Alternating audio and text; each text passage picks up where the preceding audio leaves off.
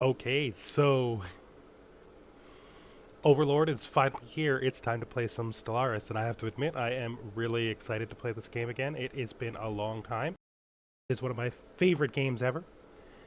Um, Literally, I've played a couple thousand hours of it, and this series is going to be a specifically super non-meta playthrough. You can see this is our Zyrite Galactic Empire. We are a feudal empire, a feudalist society, and masterful crafters. Now, masterful crafters is a pretty meta trait, but we've taken it because of how it interacts with everything else we're doing here. Because we are subterranean. So we are rocks that live under the rocks. You see? The idea is this. It's a pretty straightforward role-playing concept, which is that our rocky boys here were artificial constructs made of crystal and stone by ancient humans. That's right, it's on Earth. Long a time ago, they were completely unsentient. They are not robots because they don't use mechanics. Instead, they use a sort of biological crystal, like a technological. More or less, it would be considered something like cloning, except using a lithoid matrix instead of a biological matrix. They were effectively animals that the humans used to mine deep underground. They lived there their entire lives. They had no intelligence, no will of their own. They simply grabbed up the minerals, ate the parts that the humans didn't want, and left the parts the humans did want for consumption and use in the human empire. Eventually, all of the people on Earth died, and the Zyerites just continued to live, eating the rocks, living and breeding, until they developed their sentience all on their own. Again, they're not robots. Their sentience is not artificial, it is not mechanical in nature. They have crystal brains, just like you'd expect all good lithoids to. Naturally formed crystal brains that occurred as a result of their time evolving and living underground on Earth, digging up minerals. Eventually, they came to the surface of the planet, and when they saw the horrible things that humans did, and they saw how bad they treated the environment of the world, they got a deep distrust for all squishy creatures. Everything made of flesh, everything watery and goopy. They don't really take offense to things that don't have brains, because things that don't have brains can't really be held responsible for their actions. So they're okay with trees and plants and animals. Trees are plants. It's not two categories. Trees and fish and animals and bugs, that's fine. They're okay with that. They're not okay with anything that has a brain made of goop. As xenophobes and fanatic xenophobes, they want nothing at all to do with other aliens if they can help it. They are not murderous. Technically. I mean, they are murderous. They'll murder anything that they can't deal with in another way, and they will never do diplomacy with any creature that hasn't proven itself. The best and fastest route to proving yourself to the Zyrite Galactic Empire is by not being soft. And I don't mean stoicism. I mean having a hard outside.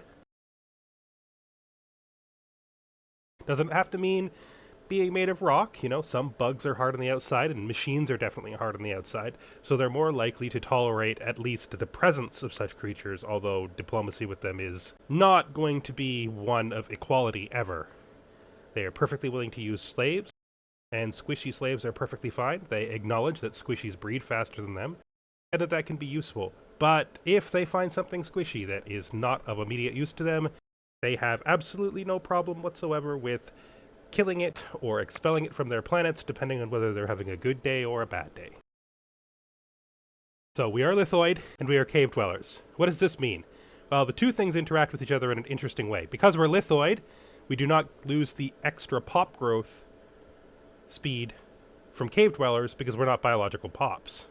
But because we're lithoid, we don't need the 50% minimum habitability because we have plus 50 habitability anyway. They sort of cancel each other out. But the benefits we do keep are actually quite good for us. So even though we lose those two major benefits, we still keep our minerals instead of food. We still keep our longer lifespan, We still keep our extra minerals from jobs. We still keep our unlimited mining districts on all planets, which means these two combine together to make something that isn't game-breakingly unmeta, but certainly isn't good. You know, I'm not sure about that yet. It may actually end up turning out to be good. We then made ourselves industrious, because, again, more minerals is more food, is more alloys, is more consumer goods, is more winning, especially for our hard boys here. And then natural sociologists, because we are going to try to shoot for psionics. We want to be crystal-brained crystal boys with our crystal magic, hating all them soft, squishy creatures, and knowing that it was our destiny to come up into the world and teach all of the hard ones willing to listen that the soft ones are useless and should ultimately be removed from the galaxy. So that is our Zyrite Empire. That is our non-meta build. We have taken feudal society just because this is a great time to take it right at the beginning of Overlord, and also because I don't think we're ever going to have any equal relationships. Anyone that we become close with is going to have to be a vassal or a servant, a subject. We can accept other hard creatures, but we still don't trust any other intelligences unless they prove themselves to be loyal through a period of subjugation. Masterful Crafters is simply because there is no one known who understands the dirt better than we do. We make the most beautiful of dirt-based toys and games. We are the dirt-based toys and games guys. We put this in here because with all the other stuff we did that's kind of weird and not so good, we thought, well, I thought, there's no two of us, I thought that Masterful Crafters would be a nice, at least take one meta thing in our opening here, and Masterful Crafters is it. Alright, I don't have anything else to say about the Zyrite Empire. We might as well get started. We'll just select them. This is our game setup. We have 10 other empires. We're using a medium galaxy with 4 spiral arms, 1 or 2 advanced AIs, 1 or 2 fallen empires, 1 marauder empire. All this is regular. Our crisis strength is supposed to be 5. We are only playing at ×5 in this first game because I'm getting used to it. I actually haven't played in a long time. I haven't played since the Unity change, so I thought I would give myself a little bit of a soft one. And this is also not a very meta build, so that might, well, we'll see. We may not even win. Shorten the times just a little, not too much, just enough to push us a bit, get us done a little faster, but not so much that we can't keep up. Especially not with our extraordinarily atrophied skills. We're on Grand Admiral because there's really no other difficulty, and I want to really see how much harder it is. I'm kind of hoping that this pushes me even maybe to a loss. I would love to lose this game. It would make me very happy. Scaling difficulty on because although I would like to invite a loss, I wouldn't like to guarantee one. Got normal AI aggressiveness because we want to be able to at least have a chance to develop against them before they come crashing down on us with their fleets and their advantages. Empire placement random. Advanced neighbors off. This is all normal. This is all normal. Stuff's on. Xenocompatibility off because if we're not actually planning to make use of it ourselves, it is just going to make the computer run slow, and we don't want that. We have logistic growth ceiling, which is great, and we have growth required scaling, also great. Iron Man mode to keep me honest. Let's start playing. I am so damned excited. Ugh. So here we are with our Zyrite Galactic Empire, our Rocky Boys, our haters of the soft and lovers of the hard, our subterranean rocks, our rocks that live under the rocks, their literal hate for the soft people that made them, at least made their non-sentient ancestors, and you know, they've given them a bad impression about how space works. 2 maniacal scientists. Okay, well, 2 maniacal scientists is fine. That's exactly what we were looking for. We needed at least one because we're trying to go for psionic. Let's just do this stuff right away. We're going to do engineering tech. We're going to do biodiversity studies. And we are going to do physics because we want to get those boosts right away. And let's see what else is immediately apparent to us. I am really excited to play this game. I can't even begin to say how awesome it is to play this game. I have been looking forward to getting back into Stellaris for a while. I like Distant Worlds a lot. I like this game a lot, and I like Endless Space 2 a lot. Probably at some point in time I'll play some Endless Space 2. It's past the end of its development time, so there's nothing to specifically wait for before we try it again and just play around in it. I love to play it in the simplest way possible, just with the Empire, but, you know, that's a thing that doesn't relate to this video at all, and I am literally just rambling. Oh, we've said so much, and yet we've said so little. Just going to go down here to Earth, and we're going to immediately build a... Well, we don't have the money for it. Oh, yeah, right. We don't have the money for anything. This is right at the beginning. We're getting ahead of ourselves. Let's look at our immediate area around us. So we are close to the center. We have a natural choke here.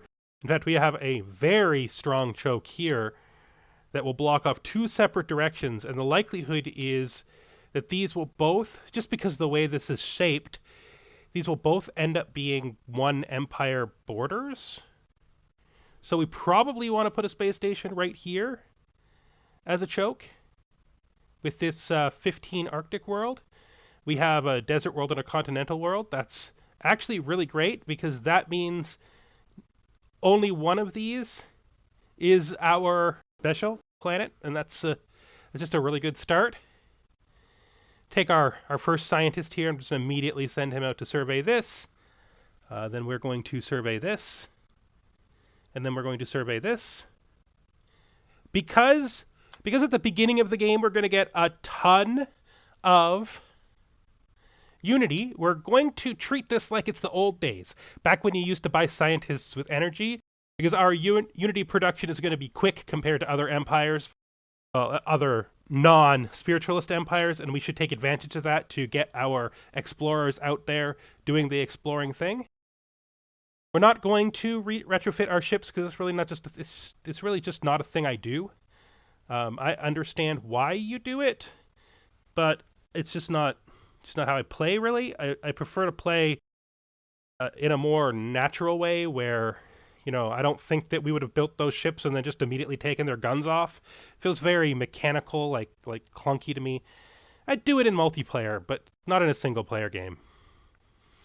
I really don't think we're going to be able to win this game if I fall so far behind that a couple extra alloys in the first few turns is going to save my life.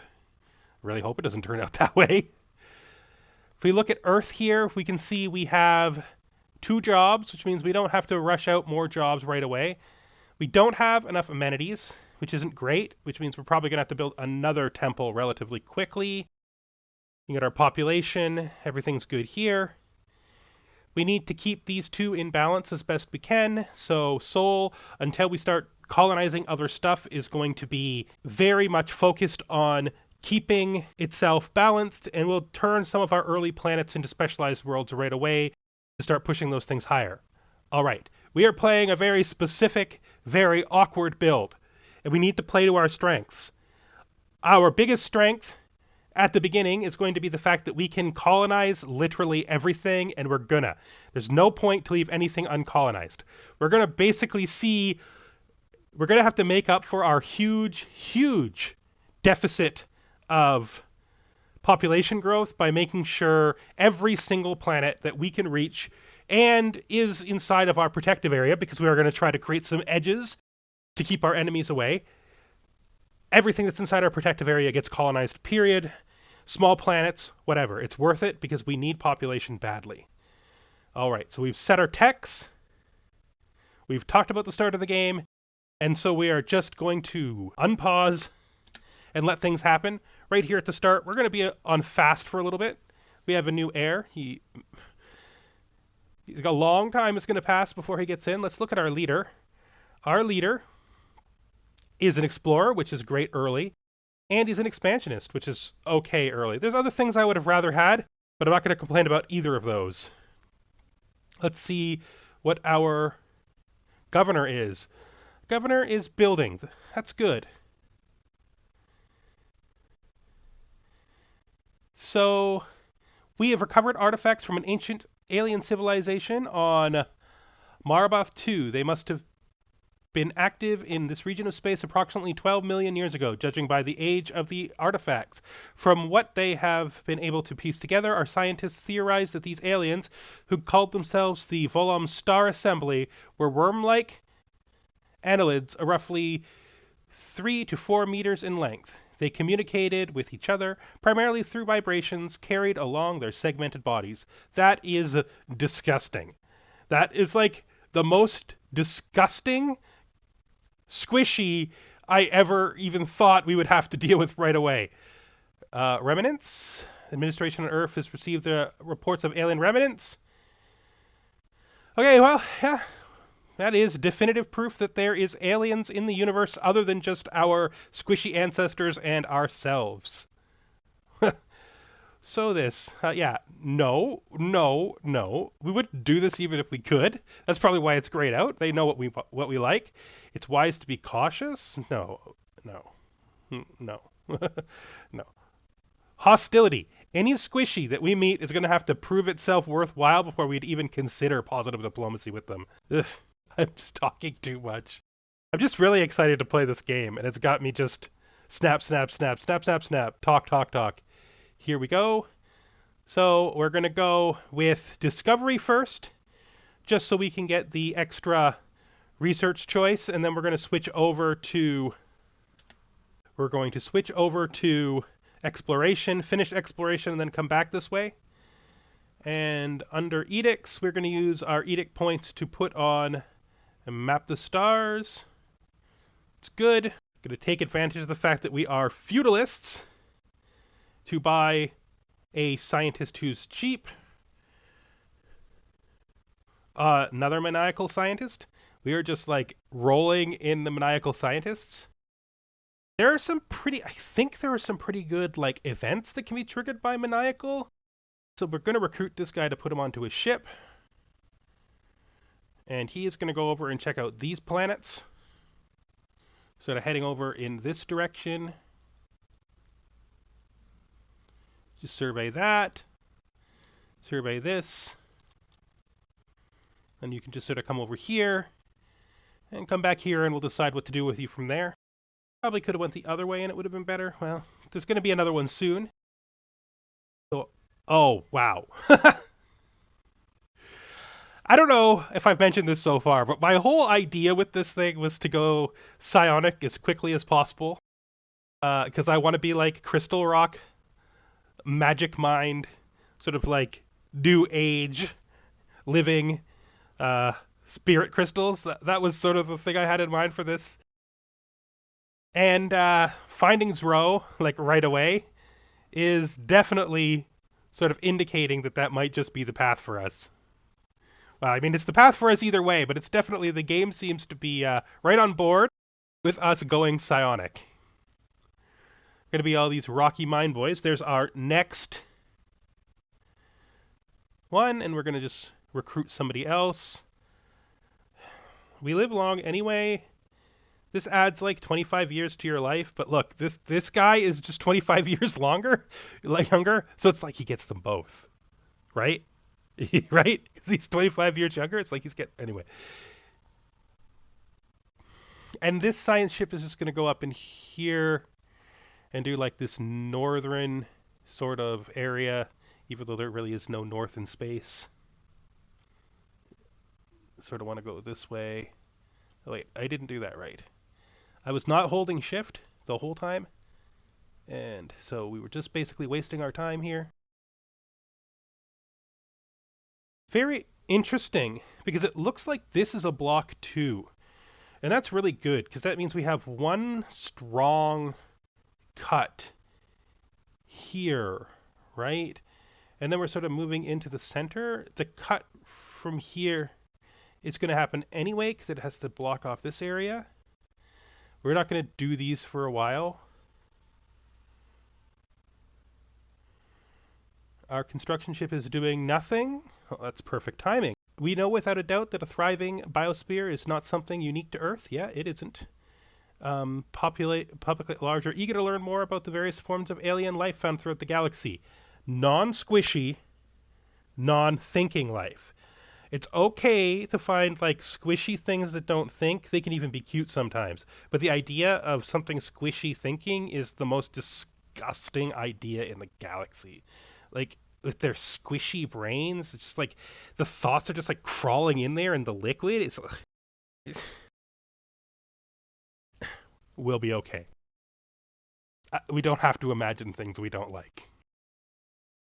We are a very specific kind of civilization, so we have a very specific kind of direction we want to go in with our play. We gotta colonize everything. Leave nothing. That's probably our other starting habitable world. We are finding a surprisingly large number of planets for this early. This makes me think that we build the station here to block this side off, and then we go down here as well. We'll see. But I don't want to leave this out. We'll be leaving these for now.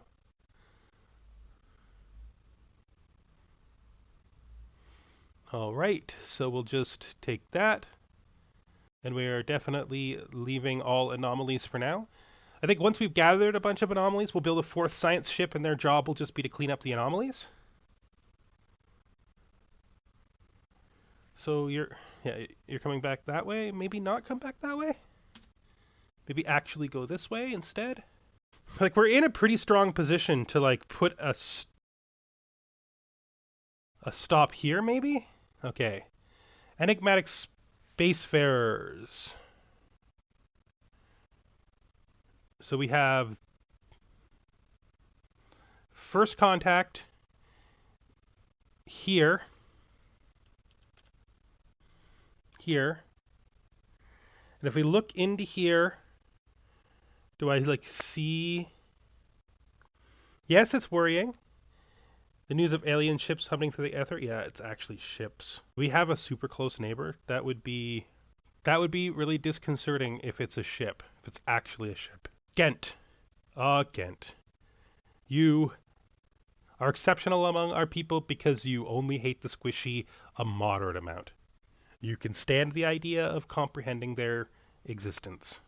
If this is actually an alien race, we'll probably give the I don't like even saying those words. We'll probably build a station here. I'm gonna build two stations right next to each other. I don't know.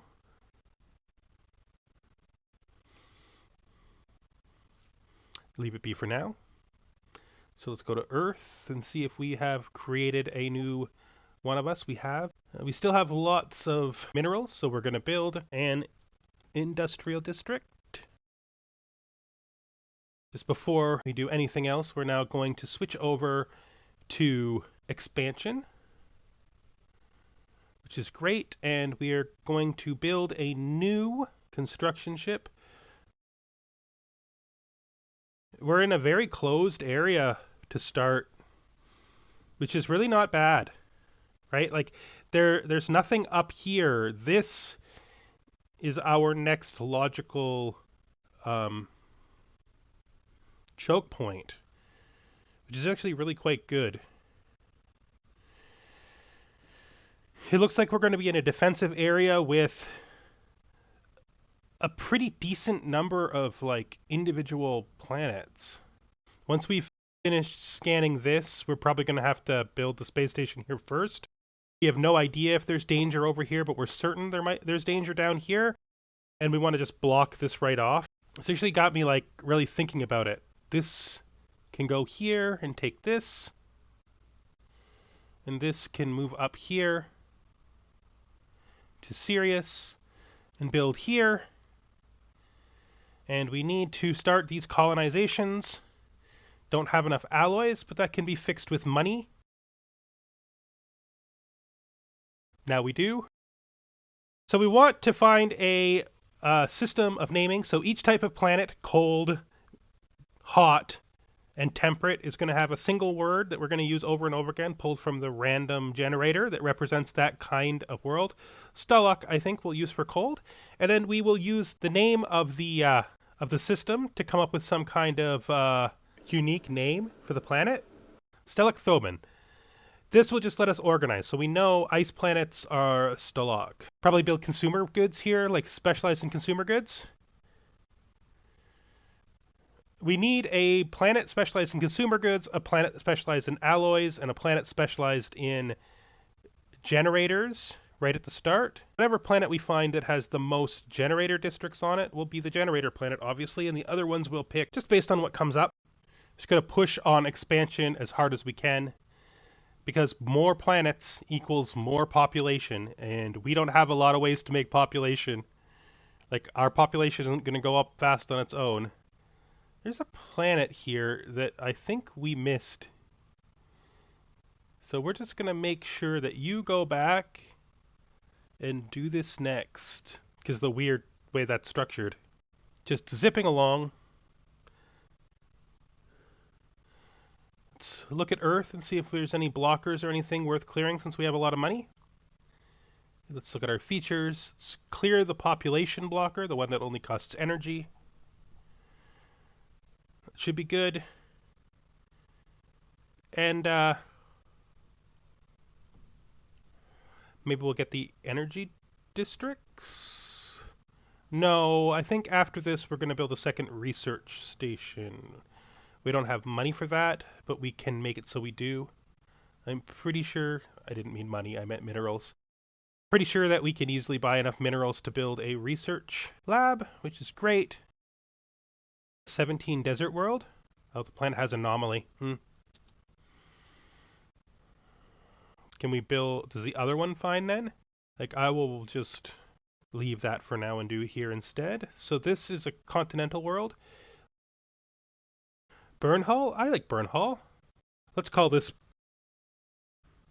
Tar. Burnhall Tar. There we go. We have Burnhall Tar. That will be our third colony right off the bat. It's interesting that this is actually not attached to the... It's interesting that we never saw this. That was probably a waste, but now at least we can like come up here and grab this next. Got to figure out if they're hostile. Got to figure out where they are. Probably like if we found them this fast, they got to be right on us, right? Like they got to be right on us. Like I would think that they're maybe like 3 or 4 jumps at most away from us because we found them in the second place we could reach from the start. Like here maybe? Or here? Okay.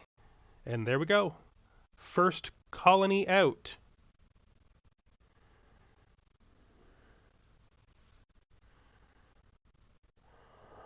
Yeah, we're going to attempt to hack them. Oh god, they're ugly. They're ugly and they're hostile and they're squishy. It's like a worst case scenario. What kind of squishy are they even? Ugh. Armor is not great, but it might be good if it's the only thing we have. But this will get researched faster. We're going to do that. I don't actually care about whether my ships can win early in the game. I actually only care about whether or not the enemy sees a high enough value to not come and mess with us. It's actually all that really matters. So there's not really much up here that we have to rush to build. But we do want you to take this one. We got to get our scientists starting to go over here. We can build another science ship. Bam. The science ship is ready, so let's assign the new guy.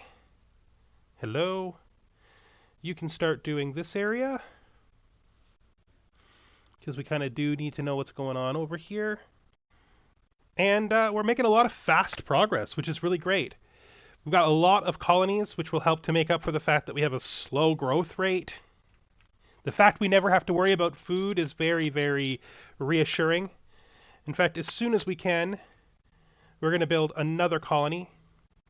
Well, we're going to just let it come up naturally. I'm going to build it on this continental world, I think. And what is it? quantum theory. Research speed will be next. And it is our first biotech technology. Planet, this is good. We'll get that. 5% monthly unity is good for us, like very good for us. I am pretty sure that this is the heart of their empire, which is not the best news to have received this early. Nope. Okay, so we have our first colony up here. It is going to be a industrial world. Like, it's going to be not an industrial world, but a factory world. And we are going to start by building a mining district. As a rule, I will be building mining districts instead of city districts. Well, that was a complete loss of brain there for a second. We don't need city districts because we prefer to live in the mines. in the mines, because the mines are like a reflection of our best selves, or something like that. So it's Stelloc for Tundra Worlds. Let's just slow this down while we do this. Stelloc, and we're going to call it Bana. Stelloc Bana. There you go. Name. Is this it? On screen.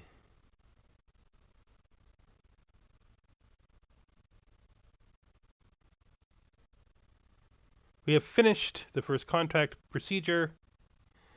So what the hell are we looking at? This is disgusting. You can literally see the liquid of his flesh bag pouring out of his eyes. Or is that just his markings? There's drool in its mouth. It is so soft and liquidy and gross. Ugh.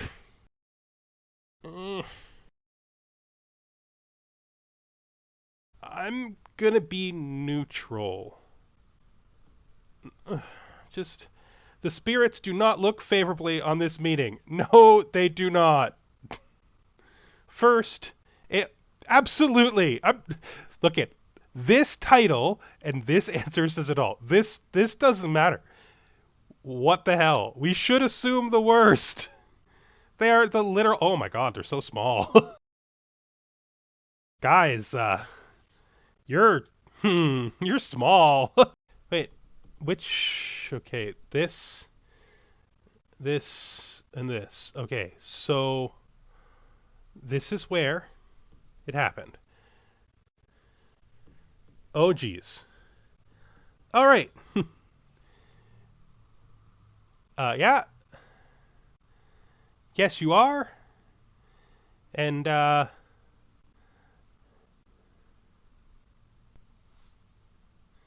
so let's just...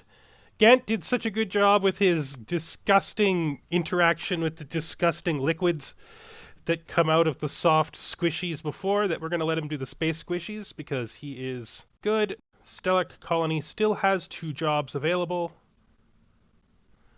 They are both minor jobs, which is perfectly fine. Okay, put this up here.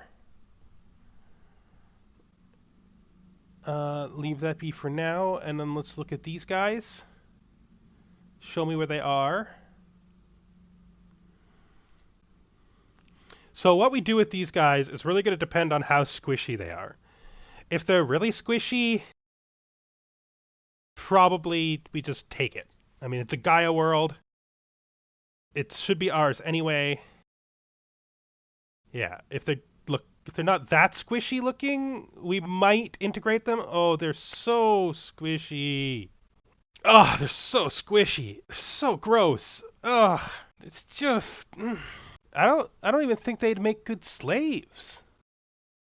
I'm just disgusted. Like, straight up disgusted. It's disgusting. That's disgusting. Why do you exist, disgusting things? Why? Why did the universe make you disgusting things? They're all tenderly and gross. Ugh. This is very, very disturbing still. This is not built yet. Nope, but it's going to be in a second. Okay, so this is going to be a shipyard with missiles, and it's going to be a place where a fleet can anchor. Let's look at this colony. It has no jobs available, so we should immediately build it a mining district. We can't afford a mining district. Let's see how much it would cost for us to buy a bunch of minerals. More than we have, but we can probably sell this. That feels a bit iffy, to be honest, but we did it, and now we can't take it back. Go to here and build a mining district. It's a ship. Oh! Oh! That's not ships. That could actually prove to be a problem. That sort of corners us, right? Like, that means we're actually going to have to come and try to push out this way. Or kill them. I mean, if we're going to kill them, we want to do it early, right? Early and fast? Fast and furious and all that? I think we've done enough for a first episode. I think that's really good. We're spreading. We've met some squishies. This disgusting thing exists. These disgusting things exist. I don't know what we're going to do with these disgusting things. Ugh. Maybe we... That's not right. It's not the right planet. This is the right planet. Maybe we, like, enslave them or something? They're so squishy, though. They're really gross. They don't even make good slaves. Like... I guess slaves are slaves, right? On that note, thank you for watching. If you enjoyed it, I hope you'll consider watching the next one. Maybe leave a like. Maybe comment about how bad I am at this game. I appreciate those the most. And I'll see you later.